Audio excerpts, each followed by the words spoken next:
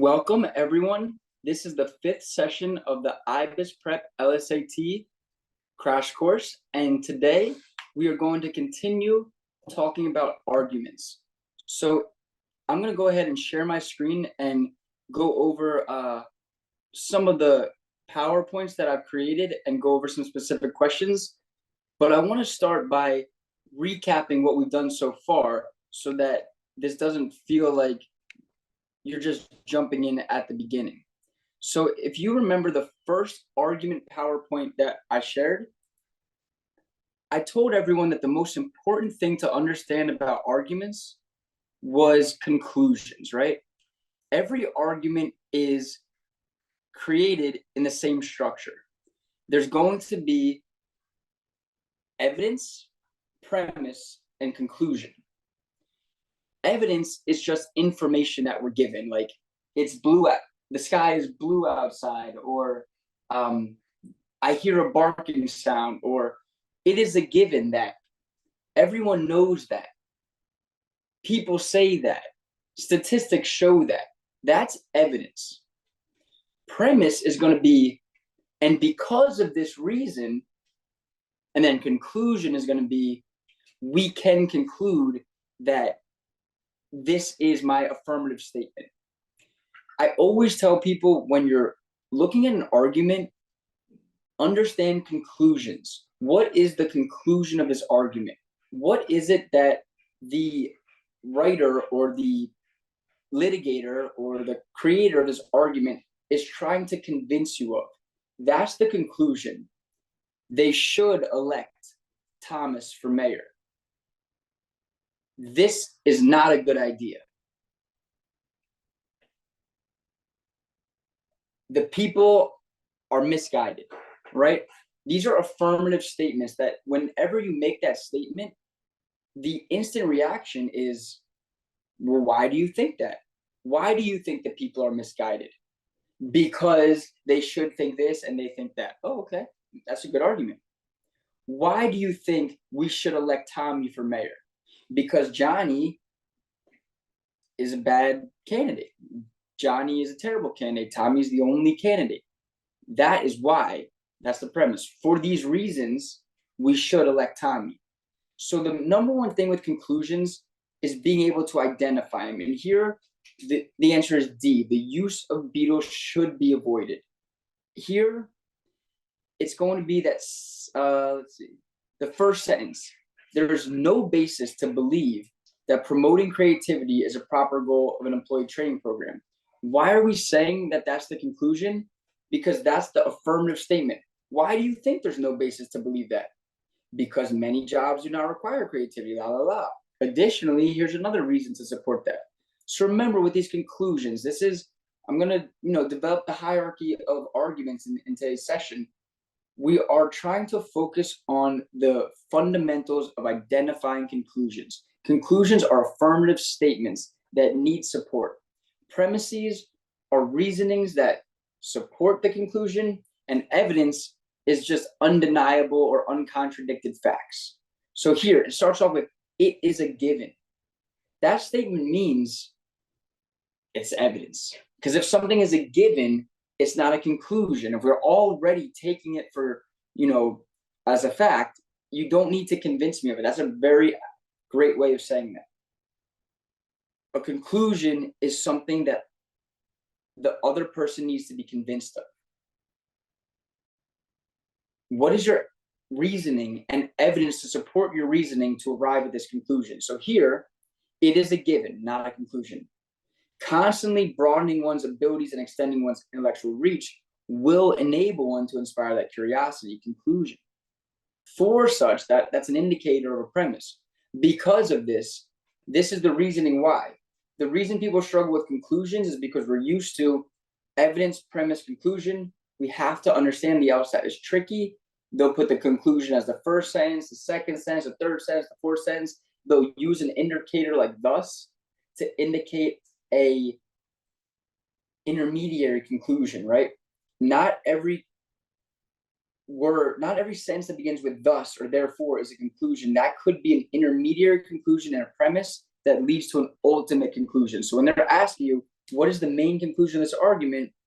The reason music with a simple recurring rhythm exerts a strong primordial appeal is that it reminds of the womb environment. Conclusion. And then we're going to back that up with evidences and premises. In this last one, first sentence conclusion. The country must find new ways to stimulate economic growth. Why is that a conclusion? Because I need to convince them why. Why must we do this?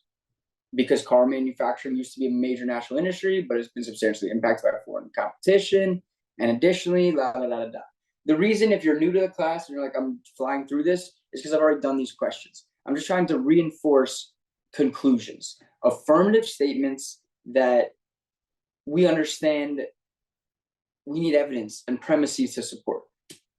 The next thing I discussed is flawed reasoning. And when I talk about flawed reasoning, I'm talking about, I was explaining this to a student earlier today, why I don't like hanging out with lawyers. Lawyers will poke a hole in any argument. It was a nice day outside today. Well, technically, it wasn't so nice out today because last year on this exact thing, it was actually nicer. Like, okay, fair enough. Like, in comparison to last year on this exact day, I guess it's not that nice, but like in my universe, it's a nice day.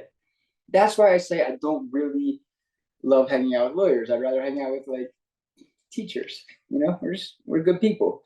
Lawyers are always trying to poke holes in arguments. Good for them, right? I always give the example of Johnny Cochran and Rob Kardashian. O.J. Simpson, he's a famous football player. You guys don't fucking know who O.J. Simpson was. Anyway, he was guilty of murder in the public eye, but he was acquitted. Why? Because the glove did not fit. And if it does not fit, you must acquit. That was the argument that Johnny Cochran and Rob Kardashian came up with. Well, let's think about this scenario. We have a glove covered with blood. The blood is the same blood as O.J. Simpson. The dead bodies are the wife of O.J. Simpson and the man who was sleeping with O.J.'s wife. O.J. Simpson killed them, right? In public opinion. But what were the lawyers able to prove? The glove didn't fit. And if the glove didn't fit his hand and that was the glove covered with blood, isn't there a possibility that it was someone else's glove and the blood came from somewhere else and whatever? I don't know. I wasn't there in the courtroom. I'm just saying they raised doubt. And in the criminal world, the criminal standard is beyond the shadow of a reasonable doubt. If you listen to Jay-Z, that's the reason he named his album that, right? Reasonable doubt. In civil law, it's more likely true than not. So in civil law, we'll have the concept of wrongful death. Well, sure, he's liable for wrongful death because it's more likely that he was responsible. In the criminal sense, it is not beyond the reason of a shadow of doubt that the glove didn't fit, it wasn't his glove, and we can think of all sorts of scenarios. That's what great lawyering is all about. Being able to come up with hypothetical scenarios that would defeat an airtight argument. I often tell people that reading, arguments, and games are all the same. Logic. And all we are trying to do is create arguments and create counter arguments and let them battle each other out. We want to create an airtight argument. An airtight argument is an argument that cannot be defeated. The sky is blue. Is that an airtight argument? Well, watch me poke a hole in that. The reason it's not an airtight argument is because I could actually, as a lawyer, tell you my dog perceives the sky in the blue. My dog perceives the sky as gray. My friend Chris from elementary school, he was colorblind. He perceives the sky as red. The sky is colorless. We absorb a reflection of the sky. So for you to say the sky is blue, that's kind of a elementary understanding of color. Furthermore, blue, is that really the shade you really think the sky is? The sky is, I don't fucking know colors. Magenta, that's like purple. I don't know blue. I don't very know variations of blue. But someone who's a graphic designer could tell you that the sky is not blue. The sky is a different shade that you don't really know. That's what lawyers do. Lawyers, oh, you think you're correct? let me prove why you're not correct. Here, I'll give you the argument on this slide. One would argue that the president was a good president because the economy did well. Okay, let's give you a hypothetical president. And for the record, everyone knows this about me. I don't like any political candidates that you all like. I don't like Trump. I don't like Biden equally. So I'm allowed to talk smack on them both. And that's just my independent voice. Let's start with Trump. The economy was well under Trump, right? So Trump was a good president because the economy went up. There's flaws in that argument, right? Donald Trump was a good president because the economy did well under his presidency. First flaw, and this is a common flaw in arguments, is just because two things are correlated does not mean there is a causation between them. Okay, the economy did well under Bill Clinton. You know, the economy did well under freaking Albert, or I don't know, George Washington. I don't know. Like, there's a lot of presidents that the economy did well under that we could say were or were not good presidents. Obama, the economy did well under Obama. Bush, the economy didn't do so well. Does that really mean who was a good president and who wasn't? That's just one indicator. So our first flaw of that argument that the economy did well, the president is good, is correlation and causation. Just because the economy did well doesn't mean that the president caused the economy to do well. Another flaw, which I talked about, was it's not a good measurement. Just because the economy did well, what about the employment? You know, what about the equal rights and stuff? You know, there's all sorts of things you could argue about what really measures a good president. So it's an unreliable measurement system. It's an illicit assumption that correlation is causation. I say here ambiguity of terms. When I say ambiguity of terms, what I mean by that is, like, what if I said the president is amazing because XYZ? Now that's a bad example. Let me use the example I used earlier today. I'm sorry if I'm being childish for this, but let's say I describe a person as bad, meaning like they're attractive. Oh, that's a bad, attractive person. And then later I describe something else as bad, meaning misbehaving. And without warning the reader, I just change the meaning of the term and continue the argument. That's what I mean by illicit change of terms. So, like, good president, you know, good economy, they could mean different things. We'll look out for that. And then failure to consider whether good or bad presidents preside over good or bad economies, right? Like, okay, there's no real connection between these things. So I talked about these flawed arguments. The first one was sample size. People got a survey, they did the survey and responded, and then we made an assumption from that survey. Wrong. Why can't we make a proper assumption from that survey? Because, like I told someone earlier today, who fills out surveys?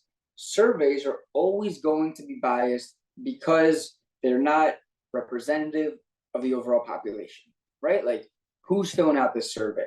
Is that survey representative of all the people? Probably, potentially not. This next one was about, okay, we're going to make an assumption because you observe chimpanzees in the summertime, so we can apply that to the nature of the chimpanzees. But you didn't observe them in the winter, the fall, and the spring. So again, it's unreliable evidence because it's limited in scope, and that's a potential flaw. If you just observe something over a small time period and your conclusion involves a long time period, that's a flaw. This one, classic correlation, causation. Just because two things are correlated doesn't mean one caused the other. Oh, I like this one. So ranking is not determinative of overall performance. Great example. Last week, Andrew was the third best bar tutor in Florida. This week, Andrew is the #1 best bar tutor in Florida. Is it guaranteed that Andrew became a better bar tutor? Absolutely not. Why? Because the other 3 people could have retired or got worse. and I just stayed the same. But my relative ranking went up, and my overall performance remained the same. And that's what this is, E. It equates an increase in ranking relative to other ranked employees with an absolute increase in sales performance. Just because you have gone up in ranking does not mean you have gone up absolutely in performance. And we can see many scenarios. When it comes to flawed reasoning, and for those of you out there who are watching this lecture, or hopefully for eternity who are listening to me right now, I always say take away one thing. One thing that I might take away from this is that you have to be creative when looking at flawed reasoning. What I mean by that is you have to literally just think about it and be like, wait a minute, what's an example of something that is similar that I can visualize in my mind and then reapply to this scenario, and then it would defeat the conclusion. And that's a difficulty. I really think, I have a knack for that because of my upbringing or whatever it may be, different factors of my life. But I think that ability to think outside the box and be, okay, I see this thing where someone went up in ranking, and so they must have gone up performance, and I want to address the flaw in that. How can I visualize another scenario where someone goes up in ranking but didn't go up in performance, and therefore it's a flaw in the argument? Oh, I can think of one. Everyone else quit. Boom, boom. The answer is E. I know that's tough, but it's a process of repetition and just sharpening iron. That resonates. And then this one, before we get into the next piece, which is going to be the strengthening, was a flawed reasoning. Okay, this one was about a chromosome. And they said that if you have damage to this chromosome, sometimes it results in schizophrenia, sometimes it doesn't. Therefore, there's no correlation between damage to this chromosome and schizophrenia.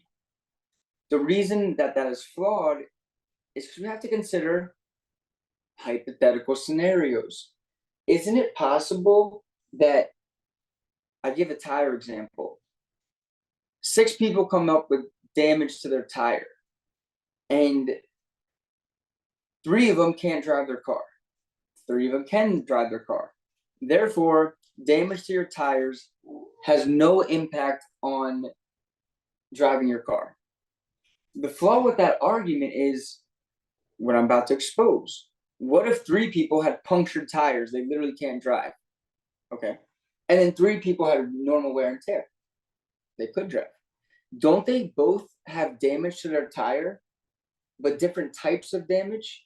And therefore, in that scenario of the car where damage to tire means 3 drivable cars and 3 non-drivable cars, but it doesn't mean that damage to tires has no relation to drivability of car.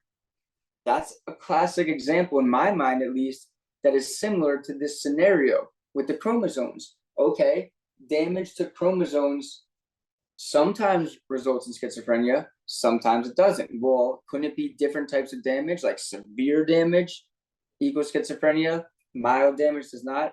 Damage to the top right corner equals schizophrenia, damage to the left right corner does not. These are different things that you'd like to consider. So here the answer is A. The argument ignores the possibility that some, but not all types of damage to chromosome number 6 lead to schizophrenia. All right, so I hope there's not many students in the class today. This is kind of a low audience, but live audience, but there's at least one, and there's me. So we're gonna do strengthening questions today. Sorry, you can see me taking a selfie. Weirdo vibes. We're gonna do strengthening questions today, and hopefully we can have some interaction. The difference with strengthening questions and well, we haven't really even gotten into weakening questions. We just got into flawed arguments and conclusions. But today we're gonna do strengthening questions. So just give me 1 minute to pull up my next PowerPoint. And Justin, how you doing? You still out there with me? Yeah, Muslim. Oh, nice. Do you have any questions about anything? No, I got it so far. I mean, conclusions like we talked about, those questions are easy, right? You seem to get most of them right. Yeah. And then the weakening, is there any thoughts or insights that you have or that you learned? I know you worked with you've been studying. Are there any thoughts that you have on those weakening questions? I think it's just the wording of the answers that tend to throw me off. Like I'm always between two and then I guess the wrong one. Yeah. Common thought. Uh I think that happens a lot with the correlation causation ones. It happens with this is another thing I was going over today was um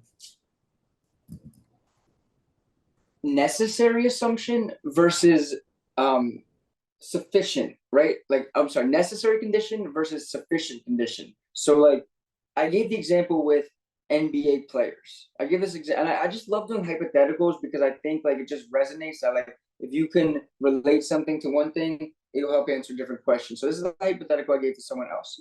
The difference between a necessary assumption and a sufficient, or a necessary condition. I'm sorry, and a sufficient condition.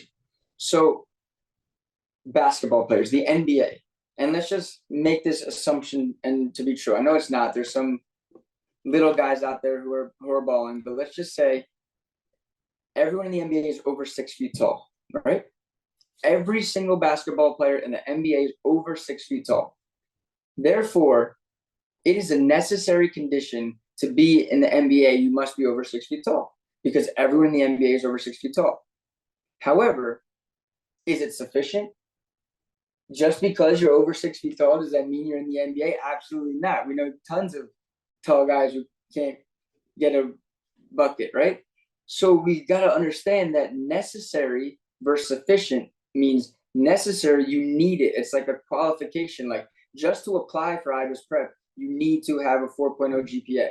But it doesn't mean that I'm going to hire everyone with a 4.0 GPA. It doesn't mean it's sufficient. Sufficient means, I'll hire anyone to tutor for the bar exam who got over, or let's say LSAT, make it into your world. I'll hire anyone for the LSAT who got over 170. I don't care how much of a freakazoid you are. If you got over 170, I want you on my team. I mean, that's not true, but let's just say that would be a sufficient example that anyone who has the sufficient, like, that's it. That's all that it takes. Necessary just means like you need it, but then there might be other factors that you also need. It's just one of the potential factors. So far we've been doing kind of the basics. I mean, not basics, but just moving along as the course is progressing. So let me share my screen again, and we'll go over the strengthening questions, which I think are pretty cool. I mean, it's just a test. So strengthening questions. You see this little guy lifting weights? All right. So read the question and identify the argument. That's why I teach conclusions first, because you always want to be able to break every argument into what's the evidence, what's the premise, what's the conclusion. Identify any weaknesses in the argument. Okay, so like when you see this argument, well, okay, let me back up. Read the call of the question first. Read the call of the question first. I can't stress that enough. Why? I even do it in reading passages. When I'm doing reading passages, I'll look to the reading passage and be like, okay, they want me to focus on these lines. They want me to think about this thing. Like, I just, in general, like to know what I'm about to do ahead of time. If I'm doing a maze, I want to start from the end. If in general, just give me any task. I just want to know like what is it that I'm looking at. If I'm a doctor and you come into my office and say you have your mouth duct taped, and you're like, and I'm like, okay, this person came into me. I got to check their head, their shoulders, their knees, and their toes. And I find out they have problems with their toes. That took me a long time. Pull the duct tape off their mouth. It's a new patient. Hey, doctor, my toe hurts. Okay, great. I'm going to look at your toe. I just saved so much time by diving right into the issue. And as when you get to law school and you take the bar exam, I'm just going to reinforce that way of thinking. Like, tell me what it is that I'm looking for and let me look for it. I don't have time to think about everything. I just need to stay focused and address the question at hand. So if this is a strengthening question, you read the call of the question first, know what you're looking for, and you're looking what would strengthen the argument. The first thing you want to ask yourself is, well, shit, or well, shucks, what's weak about the argument, right? Because if you know what's weak about the argument, then you know how to look for something that would strengthen it. And just in general, with any test you do in life, math, science, reading, whatever, the key is always to know the answer before you pick the answer. Like if you know what the answer is, and then you're choosing the answer that matches what you already determined is the answer, that's way better than like, A sounds good. Oh, B has a nice ring to it. Like, you know what I mean? That's just not a good approach. That'll take you all day. What the elite students do is they know the answer immediately, especially with math. You know the answer 7. Okay, C says 7. Like you see how it's with math. With games, you know, oh, B has to go in space number 2. Boom, the answer's got to be C. It's the same thing with this arguments. Is like you want to know, okay, this is why the argument's weak. If I knew if this was true, then it would strengthen it. Boom, B says exactly what I was thinking. It's not always going to happen. And when it doesn't happen, you just got to consider the answers. But when it does happen, more often than not, hopefully, that's ideal. So you assume each answer statement is true and consider whether the truth would strengthen, weaken, or have no effect on the sentence. All right, fair enough. Now here's for the fun part of class, where people all been waiting for it. Okay. A person, which define, if true, most strengthens the argument. A person reading a new book for pleasure is like a tourist traveling to a new place. The reader reads just as a tourist travels, to enlarge understanding rather than simply to acquire information. Thus, it is better to read fewer books and spend more time on each rather than to quickly read as many as one can, just as it is better to travel to fewer places and spend more time in each rather than to spend a small amount of time in many different places. So for this one, I'm already thinking about what's the connecting the dots, and that's something that you are trying to look for when you do arguments. Is like if something's missing, if you're looking for strengthening your necessary assumption or whatever it may be, you're trying to connect dots to each other. And the dots here, they're saying it's better to read fewer books and spend more time rather than quickly read through as many as possible. La di da di da, relating it to a tourist. So there's got to be something that's connecting, the reading of books and how you read versus being a tourist and how you travel from place to place. So which of the following is true would most strengthen the argument? Tourists typically learn something about the places they visit, even when they're there only to relax. Tourists gain much more understanding of a place only when they have spent several days at that place than they do in their first few days there. Many people report that they can learn far more about a place by visiting it than they can by reading about it. Tourists who have read about a place beforehand tend to stay longer in that place. Some tourists are unconcerned about gaining information about a place other than was necessary for their immediate enjoyment. All right, are there any here like that we feel like we can eliminate? Are there any here that jump out to us as the answer? I would say B. I would agree. Tourists gain much more understanding of a place once they have spent several days at that place than they do in their first few days there. And how does that relate to the argument? Because they're saying that once you spend more time reading one book rather than the same amount of time reading lots of books, you understand that book better. So if you translate that to travel, then you'd want to stay longer in one place to understand it better. Exactly. It's a direct parallel. Excellent. All right, let's continue. Each of the following, if true, helps to account for the gender cost of modular furniture, except, okay, so this one's a little bit of a variance. All of them are going to be strengthening, except one is not going to strengthen it. So again, we're just looking for that connecting piece. One way to furnish a living room is with modular furniture. Instead of buying a standard sofa, for example, one can buy a left end, a right end, and a middle piece that can be combined to create an L-shaped sofa. Modular furniture, however, is far more expensive than standard furniture. On average, a 3-piece modular sofa costs almost twice as much as a standard sofa of comparable size and quantity. So each of the following, if true, helps to account for the greater cost of modular furniture, except modular furniture, unlike standard furniture, is not mass produced. So when we do these ones and it's like an except, and you're looking for ones that would strengthen, you kind of want to go through each one and ask yourself, would that in some way strengthen it?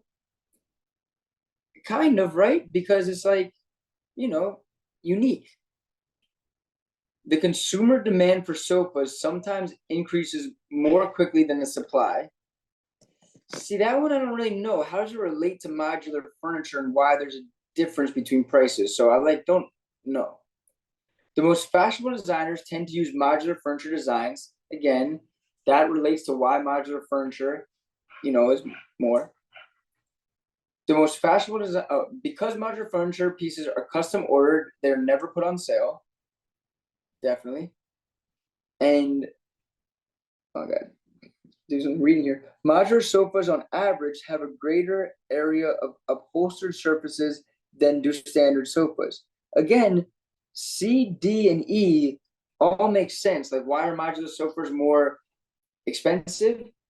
Because there's certain features. Same with A. Literally, you can just see that B is the only one that doesn't mention the word modular furniture, and it had to, because it has to account for why modular furniture has a greater cost. And if B just says the consumer demand for sofas sometimes increases more quickly than supply, how would that impact this at all? It really wouldn't. So the answer has to be B here.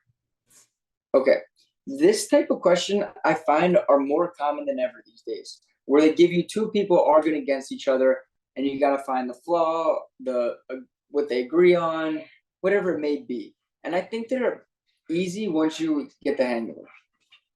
So which one of the following principles most helps in justifying the application of the guideline? Okay, so this is a little bit different than a traditional strengthening question. It's an application of a guideline. So what is our goal here? To really understand the guideline, see an application, and then determine what would justify that potential application. So is improper for public officials to influence the award of contracts or perform other acts related to their office in a way that benefits themselves. Even the appearance of such impropriety should be avoided.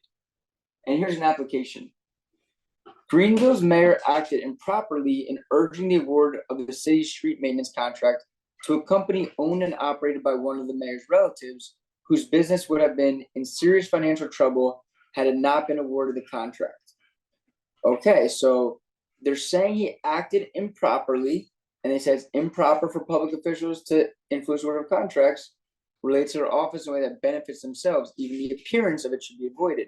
And here he acted improperly because he urged the city's streets maintenance contract to a company owned and operated by his mayor's relatives, whose business would have been in serious financial trouble had not been awarded the contract.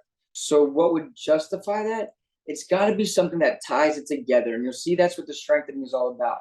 Like something that connects the application of the mayor's relative and they would have been serious financial would have not been awarded to it being benefiting themselves or having the appearance of such. So let's look for the answers. Which of the following principles most helps in justifying the application of the guideline? Public officials, when fulfilling their duties, should be held to higher standards than private individuals. Publicly funded contracts should be awarded based primarily on cost and the reliability of the contractor. Creating the appearance of impropriety is as blameworthy as acting improperly.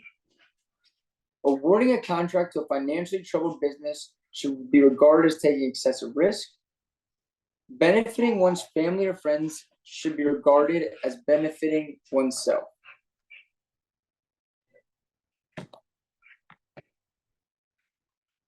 Tough question. Sometimes when you run into tough questions like this, you want to go through a process of elimination. And I'm actually going to go through a process of scenery change. So how can we eliminate A? What would justify the guideline? Public officials, when fulfilling their duties, should be held to higher standards than private individuals. That doesn't seem to justify at all something about it being improprietous or seeming to be improprietous. Oh, sorry. Publicly funded contracts should be awarded based primarily on cost and the reliability of the contractor. Again, we don't see a way that seems to be improprietous or in any way implicate impropriety. Creating the appearance of impropriety is as blameworthy as acting improperly. Creating the appearance of impropriety is as blameworthy as acting improperly. Again, I just don't see how that would justify the principle. Awarding a contract to a financially troubled business should be regarded as taking excessive risk. What does the guideline say about excessive risk? It really doesn't say anything, right? So I don't think that's the answer. Hopefully it's E. Benefiting one's family or friends should be regarded as benefiting oneself. That's got to be the answer. Why? Because they should avoid acts that benefit themselves. That's what the guideline says, right? But then the application is they should avoid things that would benefit their friends or family. Well, if we can assume that acts that benefit friends or family are regarded as benefiting oneself, then it would be a proper application of the principle. So the answer there is E. All right, let's look at number 15. Which of the following principles, if valid, most helps to justify the doctor's argument? It is wrong for medical researchers to keep their research confidential, even if the companies for which they work would rather that they do so. Let me read that. It is wrong for medical researchers to keep their research confidential, even if the companies for which they work would rather that they do so. That's the conclusion. That's a conclusion of an argument because they say it is wrong for, like, I believe, it is my affirmative statement that this is wrong. If research results are not shared, the development of effective medical treatments may be delayed, and thus humans may suffer unnecessarily. So what would help to justify the doctor's argument? And his argument is that it is wrong for medical researchers to keep their research confidential, even if the companies for which they work would rather that they do so. If the research results are not shared, the development of effective medical treatments may be delayed, and thus humans may suffer unnecessarily. So the first one, medical research should never engage in any behavior that they know will cause humans to suffer. It is the most important moral principle to prevent human suffering. If the most important principle is to prevent human suffering, then it is wrong for medical researchers to keep their research confidential. Medical researchers should not keep information confidential if it is possible that sharing that information would prevent some unnecessary human suffering. Medical researchers should not always attempt to develop effective medical treatments as rapidly as they can while fulfilling their other moral obligations. It is wrong for any company to ask its medical researchers to keep their research confidential if failure to share the research might delay development of effective medical treatments. Again, I think this is a pretty tough question. Which one would help justify the researcher's argument? And the argument is that it's wrong for them to keep research confidential, even if the companies for which they work for rather that they do so. If the research results are not shared, the development of effective medical treatments may be delayed, and thus humans may suffer unnecessarily. Well, how can we eliminate them? Or how can we arrive at the right answer? You have any idea, Justin? Yeah, I think it's C. C as in caterpillar or D as in doctor? C, caterpillar. I think it's because it justifies the conclusion. I mean, I was between C and E, but I think E is just restating the conclusion rather than justifying it, and C kind of explains what's going to happen if the conclusion doesn't happen. Okay. Excellent. And how could you eliminate E? I think it's kind of just restating the premise in the second sentence of the passage, where it's just, the exact same thing, but it's not really saying like what will happen. Like, it's the question's asking about principles, right? So I think C is kind of stating the principle there in that case. Exactly. C's spot on. And at some point, the arguments slow down and they become a lot like games, where like the answer is clearly C, clearly B. Just like if J is in space number 2, look, I can prove to you that R is in space number 3. There's no other way it could go. It's the same thing with this. Like, C is certainly the answer, because if medical researchers should not keep information confidential, if it's possible that sharing that information will prevent some unnecessary human suffering, then that justifies the argument that it's wrong for them to keep their research confidential, even if the companies for which they work for rather they do so. Perfect. All right, let's go to number 18. Okay, these ones are tough, and when I keep saying that, but I teach for a lot of stuff. I teach Series 7 bars, whatever it may be, and it doesn't get any easier. I'll say that, but it never was easy. This is an example of a tough question where I think the best approach is to kind of map it out on a piece of paper. And if I had Jessie with me right now, I'd have her like map it out on her magical pencil. But if you are at home, just draw it out on a pen and paper and kind of make it logical. Just make it logical reasoning. All anarchist novels have 2 objectionable characteristics: a subversive outlook and the depiction of wholesale violence. So all A is either S or W. Therefore, it is permissible to ban any anarchist novel that would do more harm than good to society. Okay, so here, it wasn't so much of what I thought it was going to be, like a mapping out question. It was more just connection question. How can we connect the conclusion to the premise? If a novel has a subversive outlook but does not depict wholesome violence, it is impermissible to ban it. If a novel depicts wholesome violence, then it's permissible to ban it if doing so would be more good to society, more good than harm to society. If a novel depicts wholesale violence, then it's permissible to ban it if doing so would do more good than harm to society. It's permissible to ban a novel only if the novel has a subversive outlook and would do more harm than good to society. It is permissible to ban a novel that would cause society more harm than good if the novel has 2 or more objectionable characteristics, and it is permissible to ban a novel that depicts wholesale violence only if that novel has at least 1 other objectionable characteristic. Again, tough question.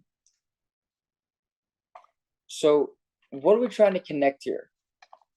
All anarchist novels have 2 objectionable characteristics: a subversive outlook and the depiction of wholesale violence.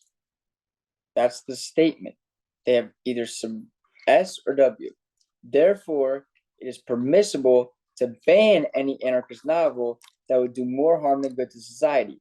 The answer has to connect that thing about doing more harm than good to society with subversive outlook and depiction of wholesale violence. So which of the following principles, if valid, would most help to justify the censor's reasoning? If a novel has a subversive outlook but does not depict wholesale violence, it is impermissible to ban it. That doesn't really seem to be the correct answer. If a novel depicts wholesale violence, then it's permissible to ban it if doing so would do more good than harm to society. Again, I just don't see how that could be the right answer, because if it depicts wholesale violence, it's permissible to ban it if doing so would prevent more good than society. It's permissible to ban any anarchist novel that would do more harm than good to society. It's permissible to ban a novel only if the novel has a subversive outlook and would do more harm than good to society. The only if ones are rarely the answer, right? Because it's like, only if, why is it the case that only if the novel has a subversive outlook, it would do more harm than good to society? That makes it permissible to ban a novel. But we're saying it's permissible to ban any anarchist novel that would do more harm than good to society. And all our anarchist novels have two objectionable characteristics: subversive outlook and depiction of wholesale violence. D, is permissible to ban a novel that would cause society more harm than good if the novel has two or more objectionable characteristics. Man, that makes it seem really easy, because I've been saying it so many times, that's like kind of seems like the answer. All anarchist novels have two objectionable characteristics. Boom, boom. Therefore, it's permissible to ban any anarchist novel that would do more harm than society. It's permissible to ban a novel that would cause society more harm than good if the novel has two or more objectionable characteristics. Well, that would justify it. Like, it just continues the circle and connects it. I really feel like that's what logic is all about. You're just drawing a circle. That's why I talk about circular reasoning.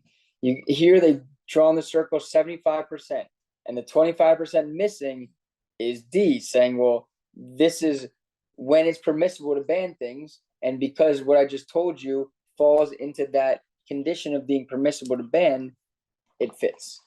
And then E is permissible to ban a novel that depicts wholesale violence only if that novel has at least one other objectionable characteristic. Again, D is just a better answer. All right, let's look at 25. And I like these a lot because I feel like they test these more often than ever. And I'm going to move a little bit quicker just so we can get through the material through the end of class. All right. Only if a professor believes a student knowingly presented someone else's ideas without attribution should the professor make an official determination that the student has committed plagiarism. So only if a professor believes a student knowingly presented someone else's ideas without attribution should they make an official determination that they committed plagiarism. So here's the application. It is not the case that Professor F should make an official determination that W committed plagiarism in a term paper about WC that W wrote for Surfin's case. Okay, so we're just saying that the professor should not make the official determination. Why? Because it's only if the professor believes they knowingly presented someone else's ideas without attribution. So we got to look for that one. Professor Surfin does not have completely compelling evidence to conclude that Walters presented someone else's ideas as if they were his own in the term paper about WC. If Walters had realized that the main thesis of his term paper is identical to the main thesis of a book he had read, Walters would have attributed the idea to the book. Although the main thesis of Walters' term paper is identical to that of a book he did not cite, Professor F is convinced that Walters did not knowingly try to pass anyone else's ideas off as his own. And only if a professor believes that a student knowingly presents someone else, right? You see how C is just hammer on the nail, right? It's just perfect. Only if a professor believes a student knowingly presents someone else's ideas without attribution should they make this determination. We shouldn't make this determination. Why? Because the professor did not believe the student knowingly presents someone else's ideas without attribution. C, Professor F is convinced that Walters did not knowingly try to pass anyone else's ideas off as his own, meaning knowingly present it without attribution. That's one of the main that's one of the main skills of arguments, is being able to recognize when they're saying the exact same thing with different language. C is saying the exact same thing as the principal is, right? Convinced that Walters did not knowingly try to pass without attribution, right? Try to pass as his own, attribute it without attribution. D, Walter does not believe that S should make an official determination that I plagiarized. And E, Professor S has no intention of making an official determination that I plagiarized. No, it's got to be C. All right, let's continue. Which of the following, if true, most justifies the above application of principle? A law whose purpose is to protect wild animal populations should not be enforced against those whose actions do not threaten wild animal populations. A law whose purpose is to protect wild animal populations should not be enforced against those whose actions do not threaten wild animal populations. Application. Even though there is a law against capturing wild snakes, which was enacted to prevent, even though there is a law against capturing wild snakes, which was enacted to protect wild snake populations, snake charmers who violate this law should not be prosecuted. So they're saying that the snake charmers who violate should not be prosecuted, and the principle is it should not be enforced against those whose actions do not threaten wild animal populations. So the answer has got to be something that's saying that the actions of the snake charmers are not threatening wild populations. Since there are relatively few snake charmers and they each capture relatively few snakes per year, snake charmers have a minimal effect on wild populations. Bingo, that's got to be the answer, right? Like, it's literally what I just said. There's got to be a reason why what the snake charmers are doing is not threatening the wild population. And it literally said it has a minimal effect on the wild population. I know I could go over why B, C, D, E are wrong, but in the nature of time, I'm telling you, you're racing through it. You read a beautiful answer. You know, 2 must go in A. Same thing here. It's got to be, or A must go in space 2. This is the same type of scenario. I know that's the answer because it was just perfect that we were looking for something that would say that they weren't threatening the snake population. All right, let's look at computer game publishers. Which of the following, if true, would most help to justify the publisher's prediction? What do we want to know? What's the publisher's prediction? A computer game publisher has recently released its latest adventure game. The game's inventive puzzles and compelling plot induce even casual players to become preoccupied with completing it. The game can be purchased from retail outlets or rented for 2-day intervals. The publisher offers a rebate equal to the cost of one rental for renters who go on to purchase the game, saving them a significant portion of the purchase price. Since the rate of sales now meets expectations and rentals are exceeding expectations, here we go. The publisher predicts that soon sales of the game will also exceed expectations. So what would justify their prediction? And what's their premise? Since the rate of sales now meets expectations and rentals are exceeding expectations, soon sales of the game will also exceed expectations. So what would make that make sense, given the facts that the inventive puzzles are compelling, they induce casual players to play it, it can be purchased or rented for 2-day intervals, and they offer a rebate equal to the cost of one rental for interviewers who go on to purchase a game, saving them a significant portion of the purchase price. A, the game can be purchased directly from the publisher as well as from the retailers. Don't see how that can truly relate to how it would justify the prediction.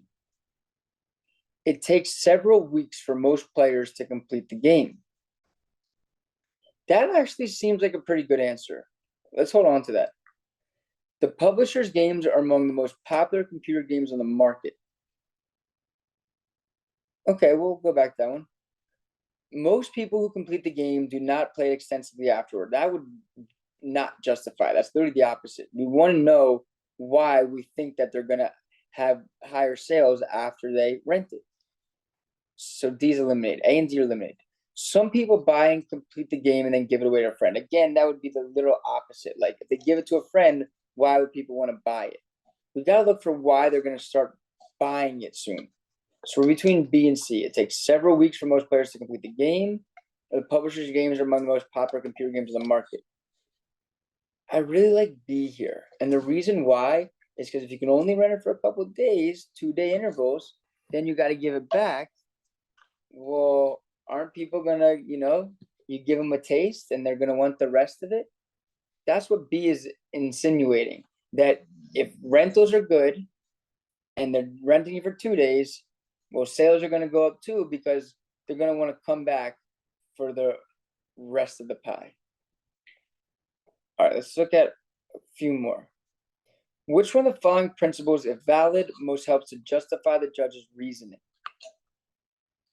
Judge, the defendant admits non-compliance with national building codes, but asks that penalties not be imposed because he was confused as to whether national or local building codes apply to the area in which he was building. This excuse might be acceptable. had he been charged with non-compliance with local codes, but since he is charged with non-compliance with national codes, his excuse is unacceptable. So that's the reasoning, that he admits non-compliance and he asked that they not be imposed because he was confused, and it'd be cool if it was with local codes, but it's not cool because with national codes. So local codes and national codes must not overlap with each other. Doesn't really help to justify anything. Local codes may be less strict, but not more strict than national codes. I'll hold on to it. Any behavior required by national codes is also required by local codes. I kind of like this. Ignorance of the difference between two codes is not an adequate excuse for noncompliance. A behavior that is in compliance with one law is not necessarily in compliance with another. It's got to be the one that relates the local codes to the national codes, right? Because the question is, or the prompt is telling us that there's a difference between national and local codes. So what would justify that? Something that tells us why national codes and local codes are related. So for this one, it's got to be B or C. Local codes may be less strict, but not more strict than national codes, or any behavior required by national codes is also required by local codes. And remember, he was confused as to whether national local code buildings applied, but it might have been acceptable for local codes, but not national because of C. If any behavior required to national is also required by local, then it wouldn't matter, because if he knew either way, then he would have known, and therefore the excuse is unacceptable. It wouldn't have been unacceptable for local codes because, just because what's required by national codes is required by local codes doesn't necessarily mean what's required by local codes is required by national codes. So there could have been some sort of discrepancy. But here, if C is valid, it would certainly justify that reasoning. All right, let's probably do this last one. Let me try number 12. We'll do two more. Fuck it. Do two more. All right. The curator. Yeah, I gotta get more professional. Okay, I don't mean that. I just need to. Nothing. It's all good. Which one of the following principles, if valid, most helps to justify the curator's reasoning? Curator. Critics have rightly claimed that removing the centuries-old grime from the freckles of Michelangelo will expose them to acids formed by the combination of water vapor and human breath with pollutants in the air. Notwithstanding this fact, the restoration should continue, for the freckles in their present condition cannot be seen as they appeared when painted by Michelangelo. So we're saying that, notwithstanding the fact, they should restore they should continue their restoration. The decision as to whether an artwork merits restoration or not should depend on its greatness as judged by aesthetic standards alone. I don't really like that one, because why are we judging it by aesthetic standards alone, right? An artwork possesses aesthetic value only if there are people who observe and appreciate it. Again, that really has nothing to do with the argument and the reasoning. It is acceptable to risk future damage to an artwork if the purpose is to enable it to be appreciated in its original art form. That one, again, is perfectly aligned, because we're saying, notwithstanding the fact that there's future damage, we should still restore it, because the purpose is to enable it to be appreciated in its original form. And so we can still, restore it in its original form, even though it will risk future damage if C was a valid principle. All right, and then finally, let's do number 12. Dried parsley should never be used in cooking. Fruit is far less tasty and healthful than fresh parsley is. Okay, let's never use dry parsley because it's far less tasty and healthful than fresh parsley is. Which of the following principles, if valid, would most clearly help to justify the arguments above? Why we should never use dried parsley in cooking because it's far less tasty and healthy than fresh parsley.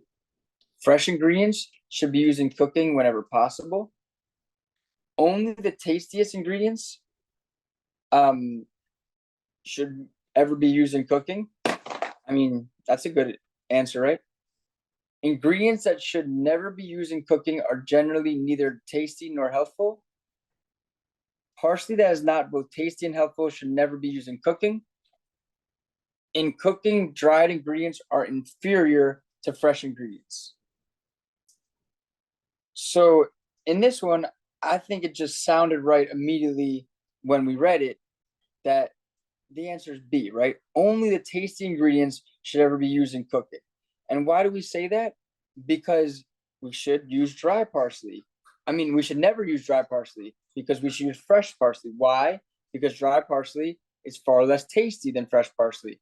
Dried parsley is far less tasty than fresh parsley. And if we should only use the tastiest ingredients, then it makes sense to use fresh parsley. So we're going to continue on question number 17 on our next lecture. And I can see actually I'm just on the death of my battery. So I hope everyone enjoyed this lecture on arguments.